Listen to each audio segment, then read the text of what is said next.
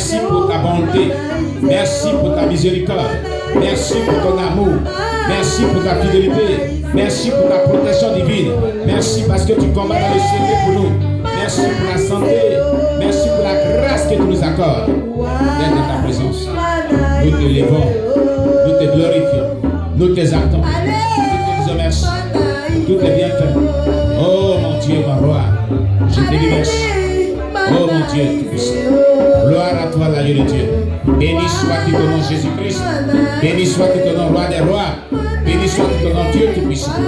Ton amour infini, pour ta bonté, pour ta grandeur éternelle. Qui est comme toi? Éternel, qui peut s'égaler à toi, Jésus? Je te loue, je te rends grâce, mon Dieu, mon roi. Je bénis ton nom. Je glorifie ton nom. Je t'exalte, mon Dieu, mon roi. Je te remercie infiniment dans le nom puissant de Jésus-Christ. Merci, Jésus-Christ. Gloire à toi, l'ami de Dieu. Gloire à toi, le roi des rois. Gloire à toi, le Seigneur des seigneurs. Tout est bien fait dans nos vies. Dans le nom de Jésus-Christ. Merci, Seigneur. Au nom de Jésus-Christ. Amen. Nous avons prié et nous sommes exaucés au nom de Jésus-Christ. Bien-aimé, tu vas demander pardon à Dieu pour tes péchés. Tu vas lui demander pardon pour toutes tes iniquités. Tu vas lui demander pardon pour toutes tes transgressions. C'est vrai que Dieu s'est manifesté puissamment dans ta vie. Il a accompli ses merveilles dans ta vie. Il a fait des grandes choses dans ta vie. Alors, c'est le lieu aussi de reconnaître que malgré tout cela, tu as eu à pécher contre lui. Demande-lui pardon pour tes péchés, pour toutes tes iniquités. Au nom de Jésus, prions le Seigneur notre Dieu. Change ma vie. Éternel, je viens à toi pour te auprès de toi. Change ma vie. Demandez pardon pour tous mes péchés. Seigneur. Demandez pardon pour toutes mes iniquités. Demandez pardon pour toutes mes iniquités, mais toutes transgressions. La parole déclare que tous ont péché et sont privés de la gloire de Dieu. Je viens à toi pour plaider près de toi. Tu as dit dans 1 Jean 1, verset 8 à 9. Si nous disons que nous n'avons pas de péché, nous séduisons nous-mêmes. La vérité n'est point à nous. Seigneur, pardonne nos péchés. Seigneur, pardonne nos offenses. Seigneur, pardonne nos iniquités. Seigneur, pardonne nos transgressions. Seigneur, pardonne tout ce que nous avons commis comme acte de confession de Jésus. Aie pitié de chaque personne. Et pardonne les péchés de chaque personne. Toute forme de désobéissance à ta parole. Toute forme de désobéissance à la voix de ton esprit. Nous implorons ta miséricorde, ta compassion sur nos vies. Péché de retard, à toutes les programmes auxquels nous avons été en retard, à toute rencontre qui a été en retard, y compris les rencontres avec toi, Seigneur. Ce sont les péchés que nous commettons. Si jamais nous les abandonnons, Seigneur. Toutes sortes de désobéissances à ta parole nous condamnent à la profondeur de la vie. Nous t'implorons, Seigneur, aie pitié de nous, Seigneur. Toi qui t'es livré à la croix de ta mère, Jésus-Christ de Nazareth, nous implorons ta grâce, nous implorons ta miséricorde, nous implorons ta compassion sur nos vies. Oh Père, tendre Père, aie pitié de chaque personne et pardonne à chaque personne ses péchés. Pardonne à chaque personne ses iniquités. Pardonne à chaque personne ses transgressions. Dans le nom de Jésus-Christ. Merci Seigneur. Dans le nom puissant de Jésus-Christ. Nous avons prié. Nous sommes exaucés au nom de Jésus-Christ. Tu vas demander au sang de Jésus-Christ de te laver de tout péché. Tu vas demander au sang de Jésus-Christ de te purifier, de te sanctifier de toute iniquité, de toute transgression, dans le nom puissant de Jésus-Christ. Élève la voix vers Dieu et prie le Seigneur. Seigneur, nous te demandons d'envoyer ton sang qui a coulé à la croix du Calvaire pour nous purifier de tout péché, pour nous sanctifier de toute iniquité, pour nous nettoyer de toute transgression. Que le sang de l'agneau de Dieu qui a coulé à la croix soit répandu dans tous nos corps, soit répandu dans tous nos âmes, soit répandu dans tout notre esprit, pour nous laver de tout péché, pour nous purifier de toute iniquité, pour nous sanctifier de toute transgression. Je te livre tout mon être entier. Je demande, Père, que le sang de l'agneau de Dieu qui a coulé à la croix soit répandu dans tout mon corps, me sanctifier, me purifier, me nettoyer au nom de Jésus. J'ai besoin de ce sang, Seigneur. Répands-le dans tout mon corps. Répands-le dans tout mon âme. Répands-le dans tout mon esprit. Répands-le dans tout mon être entier. Afin d'être purifié. Afin d'être nettoyé. Afin d'être sanctifié par le sang de l'agneau de Dieu. Oh Père, envoie ton sang pour nous purifier, Seigneur. Dans le nom de Jésus-Christ. Béni soit-il ton nom, Jésus-Christ. Gloire à toi, l'agneau de Dieu. Merci, Seigneur. Nous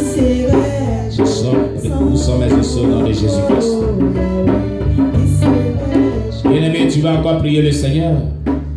Tu vas demander au Saint-Esprit de nous conduire, au Saint-Esprit de nous guider dans ce culte matinal de ce dimanche, de prendre le contrôle de ce culte, de nous inspirer toutes choses, et que tout esprit qui ne confesse pas le nom de Christ se loigne de ce culte, afin que rien que la volonté de Dieu soit faite au milieu de nous. Dans le nom de Jésus-Christ, prie le Seigneur. Je te prie, notre Dieu, de prendre le contrôle de ce culte, mon Dieu, mon roi. De conduire ce culte, mon Dieu, Fils. De le guider par ton Esprit Saint. De le diriger par ton Esprit Saint. D'inspirer toutes choses par ton Esprit Saint. Quitte tout ce qui est œuvre charnelle, tout ce qui est œuvre démoniaque, tout ce qui ne donne pas le nom du Seigneur, s'éloigne de ce culte. S'éloigne de nos âmes, de nos esprits, de nos cœurs. Et que notre esprit soit attaché à ton esprit. Dirigé, imprégné de ton onction. Dans le nom puissant de Jésus-Christ. Merci Seigneur. Que tout ce qui est distraction, tout ce qui provient des profondeurs de la ville, dans les lieux arides, pour empêcher le bon déroulement de ce culte, soit détruit, soit anéanti, soit consumé, soit détruit, dans le nom de Jésus-Christ.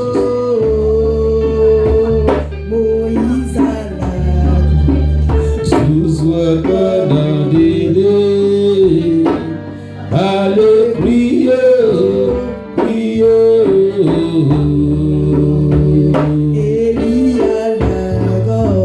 Sous-Ouatana délé. Allez, priez, priez. Allez, Zouzou, priez. Priez. Zouzou, priez. Priez.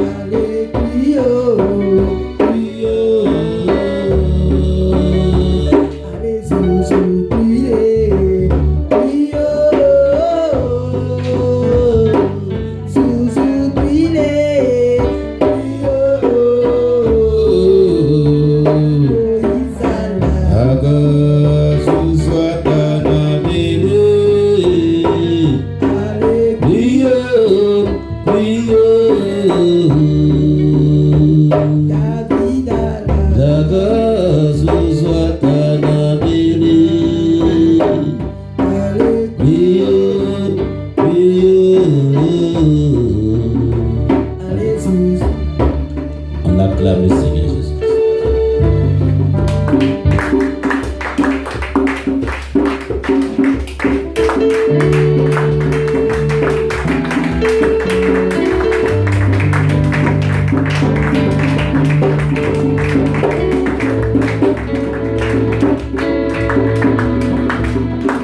Gloire à Jésus. Voilà, les dimanches, quand on dit d'acclamer le Seigneur Jésus-Christ, nous devons l'acclamer si fort, avec des cris de joie. Oh, peuple de Dieu, sachons l'acclamer comme il se doit. J'ai dit bien, on acclame le Seigneur Jésus-Christ. On acclame le Seigneur Jésus-Christ. On acclame très fort. Alléluia. Alléluia, alléluia, alléluia. Gloire à Jésus. Gloire à Jésus. Alléluia. peut s'égaler à toi, Jésus-Christ. Oh, roi des rois, Seigneur des seigneurs. Nous t'acclamons, nous te célébrons. Nous te louons. Alléluia. Alléluia. Alléluia. Alléluia. Alléluia. Gloire à l'agneau de Dieu. Gloire au Saint des saints. Gloire au Seigneur des seigneurs. Il peut s'égaler à toi, Jésus. Je te rends toute la gloire. Je te loue. Je bénis ton nom. Je te loue. Je t'exalte. Je te loue. Je magnifie ton nom. À toi la gloire, notre Dieu. À toi la magnificence, Seigneur. Alléluia. Gloire à Jésus-Christ. Es-tu dans la joie? Es-tu dans la joie? Es-tu dans la joie? Si tu es dans la joie, tu vas le démontrer tout à l'heure en louant le Seigneur. Tu vas le démontrer tout à l'heure en élevant son nom, par des pas de danse, par des chants, par des cantiques, par des acclamations. Alléluia. Mais avant, donne-moi une minute. Voilà. J'ai dit aux anciens de parler de cela. Asseyez-vous, asseyez-vous. De dire cela à nos bien-aimés qui sont nouveaux, puisqu'il y a des nouvelles personnes qui sont au milieu de nous. Amen. Mais ce que j'ai donné comme recommandation, je vois que cela n'a pas été fait. Amen. Je vais encore et encore le dire pour vraiment aider beaucoup de personnes. Et même certains anciens même qui sont là, à qui on a parlé, continuent toujours. Amen. Gloire à Jésus-Christ. Vous savez, la Bible déclare que Dieu est un Dieu d'ordre. Amen. Et l'ordre dont il parle, c'est dans tous les domaines de notre vie. Amen. Et l'ordre dont il parle, c'est aussi lorsque son œuvre est faite en ordre.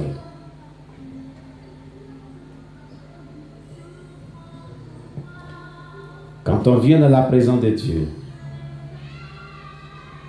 et que ce principe d'ordre n'est pas mis vraiment en évidence, c'est comme une porte d'ouverture dans le culte, sans qu'on le sache. Dans juste une petite chose, le témoignage de Kingsley Bani, il en parle.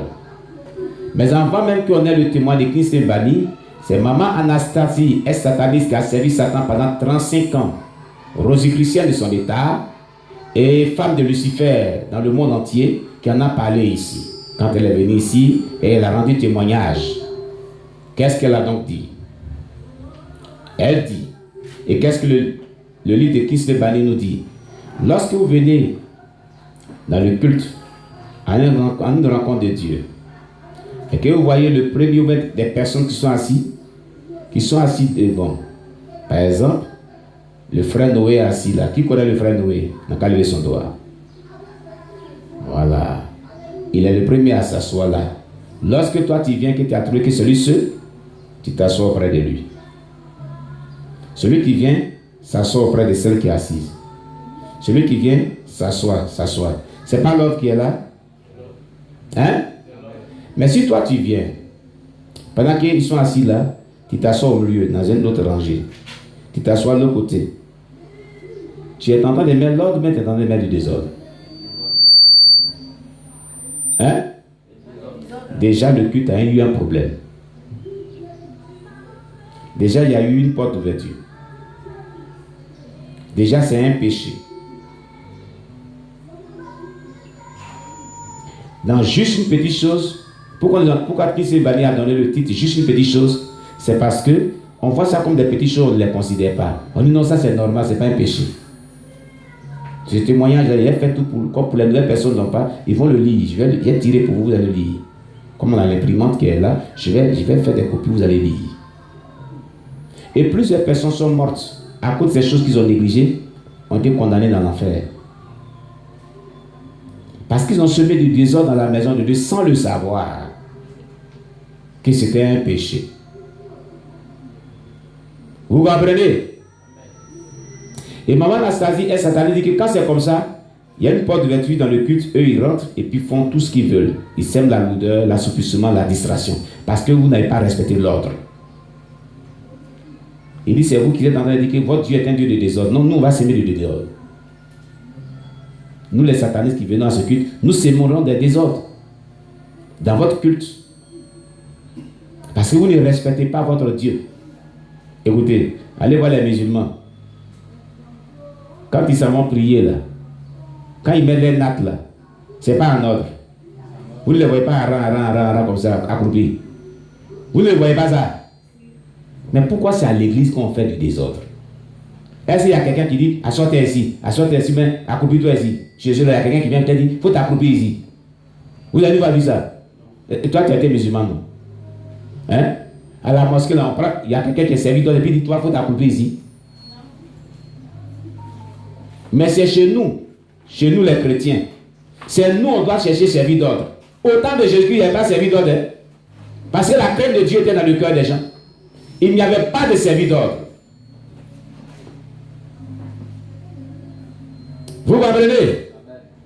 Et les musulmans copient toujours sur Dieu. Mais nous, on vient s'asseoir où on veut. On s'assoit où on veut. Vous comprenez? Allez voir la mosquée, ceux qui étaient ex-musulmans, ils savent ça. Il n'y a pas de service d'ordre. Celui qui vient, il voit que la natte de l'autre est là, il met auprès de sa natte, il se met à mettre là. Ils sont très ordonnés dans ce qu'ils font, qu'ils n'aiment pas de Dieu d'ailleurs. Mais c'est nous les chrétiens là, le désordre est dans nos vies. On transforme le désordre jusqu'à dans l'église, pendant le déroulement du culte, sans qu'on le sache. Les anciens au moins sont au courant. Donc quand il y a un ancien qui vient comme cela là, qui est assis, qui est une personne qui est venue nouvellement, ce qui est s'asseoir comme ça, c'est qu'elle n'a pas encore compris. Toi qui es ancien, fais-la comprendre cela. Tu dis, ma soeur, ben mon frère, viens.